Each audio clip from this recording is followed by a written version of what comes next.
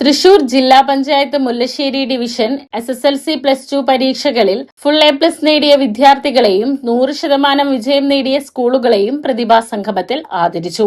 MLA C. Ravindranath ചടങ്ങ് ഉദ്ഘാടനം ചെയ്തു. ജില്ലാ panchayat vice president TK Sudheesh അധ്യക്ഷനായി.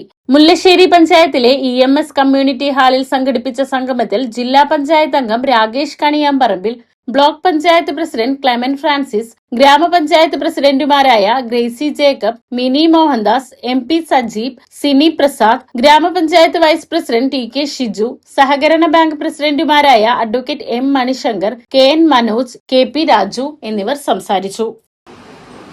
പുസ്തകം വായിക്കുക എന്നത് പൊതുവിൽ കുറഞ്ഞു വരികയാണ്.